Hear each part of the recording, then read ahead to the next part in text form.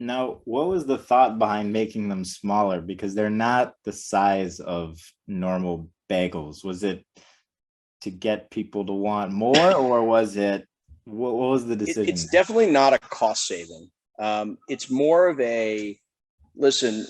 We know you're out. We know you're eating at a brunch or you're hanging out, and it's fun to have more than one of something. It's like if you've ever had the giant slice of pizza that you ever occasionally see out. And it's like you finish one and you can't move after it.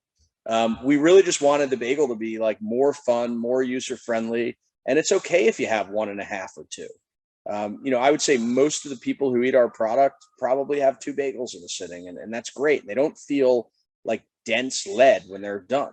I mean, they really it doesn't hit you that way. We Buster, I think also what's interesting is just, again, I'm just thinking about this in general about, one of the reasons why I put my money in, not only to support Adam, but also just because, when you see things where best business practices are achieved wherever it is, and there's a virality to it, you want to be associated with it, almost forgetting about any returns or anything. So the most interesting innovation that Adam brought that I noticed immediately, anyone who follows me on Instagram knows I'm an everything bagel seed junkie. And I've tried everything bagel seed possible. And I noticed right away, the one thing that I hate about everything bagel seasoning is the salt is always wrong. It's a cube of salt. And if that cube of salt is in a ratio, even if the salt is the lowest part of the ratio, it destroys the entire thing. When I tried my first everything bagel from Pop Up Bagels, I knew the salt was different because it was a shaved down salt instead of a cube.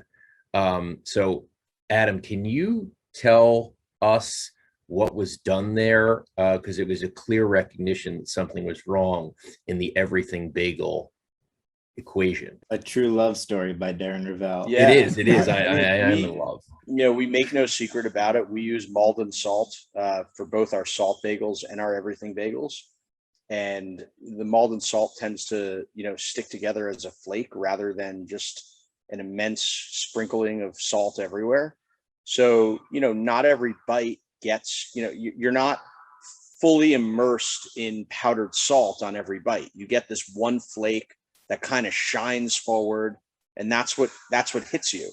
I mean, yeah, our everything bagel is a very simple formula, and the Malden salt definitely I think is the kicker to it, and it just resonates with people. I mean, it's not you don't feel like you're holding water after having everything bagel here, whereas a lot of bagel shops also a lot of bagel shops will also use powdered garlic and powdered onion along with powdered salt, and we just don't think that's the right way to do it. So Interesting. Darren, what do you think? I want to go back to the size component of it because I feel like such a big factor of like chips and very small snacks is like the physical aspect of like just continuing to pick things up. How do you think that that's a big part of why all of these small snacks are such a big thing? Well, in the last 5 years, snacks by actual size have gotten smaller, but people are eating more of it. Like, this is science. You look at the people, if people have the mini Reese's cups, they'll eat 20 of them, which would equal 3 Reese's cups versus having just two in the sleeve. So smaller is definitely better. I would also say that it allows people to rediscover the bagel. Since the Atkins diet and since keto, bagel B equals bad. And so, I think that in order for you to understand that it's worth doing this, by the way, I don't know how Adam isn't 650 pounds right now. It's really amazing. Because if I was doing that, I'd be literally like and you don't remember this, Buster, because your butt wasn't born yet, but I'd be like, time to make the donuts guy. I mean, it would really be crazy. So I'm interested. We have to ask Adam about about his lack of testing in recent weeks and whether he even eats bagels anymore. But no, listen, I think actually eating 2 or 3 and then telling people it's so good I ate 2 or 3, that's a big part about this. I've eaten 4 in multiple sittings and then gone on a run in the same day. Listen, my wife has eaten 4. I've watched it. So it definitely, again, the size, it keeps it more achievable. We're also a lighter bagel.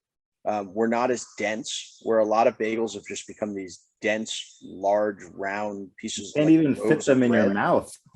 They don't fit in your mouth. And it's like, I was actually flying somewhere about a month and a half ago, and I was at JFK Airport, and I walked past one of the bagel shops there, and the bagel was so big, all I could think to myself was, who would want that in their stomach before getting on a plane for the next 4 hours? But it's at some point, the size of the bagel and getting it bigger and bigger, just like muffins and everything else. I know I talked about like on the consumer, like in the bag and the candies, but it does seem like, selling a bagel, they just got bigger and bigger, and that was the natural default of it all.